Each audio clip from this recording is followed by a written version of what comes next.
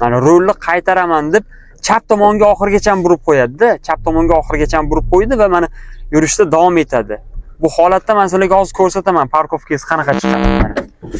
Chizig'i bosib qo'ydingiz mana.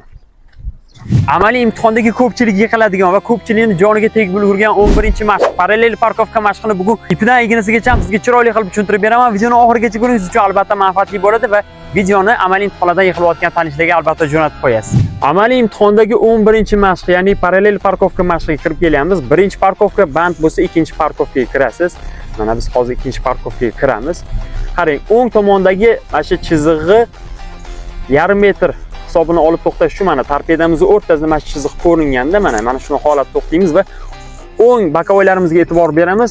Orqadagi o'ng balonimiz ko'ringanda to'xtaymiz. To'xtagandan keyin rulimizni o'ng tomonga oxirigacha burib olamiz. Oxirigacha burib oldik. Endi harakatni boshlaymiz orqaga qarab. O'ng orqa balonimiz uzuq-uzuq, sariq uzuq chizig'i ustiga chiqqanda to'xtaymiz va rulni qaytarib olamiz. Rulni qaytadiga 2 marta orqaga qaytarib olamiz va harakatni orqaga yana davom ettiramiz. Endi chap orqa balonimiz uzuq-uzuq ustiga chiqish kerak bo'ladi mana. Chiqqandan keyin endi rulni chap tomonga oxirigacha burib olamiz. Burdik, endi harakatni davom ettiramiz. Mana ko'rasizlar hozir qanaqa holatda parkovkamiz ideal chiqishini.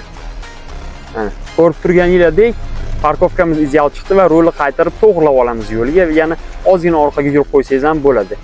Mana shu holatda parallel parkovka mashqidan chiqib ketasiz. Jarima ballarisiz. Agar video foydali bo'lgan bo'lsa, videoga albatta bitta like bosib qo'ying. Shunga o'xshash foydali videolarni o'tkazib yubormaslik uchun Parvoz avtomaktabi ushbu Instagram sayfasiga obuna bo'ling.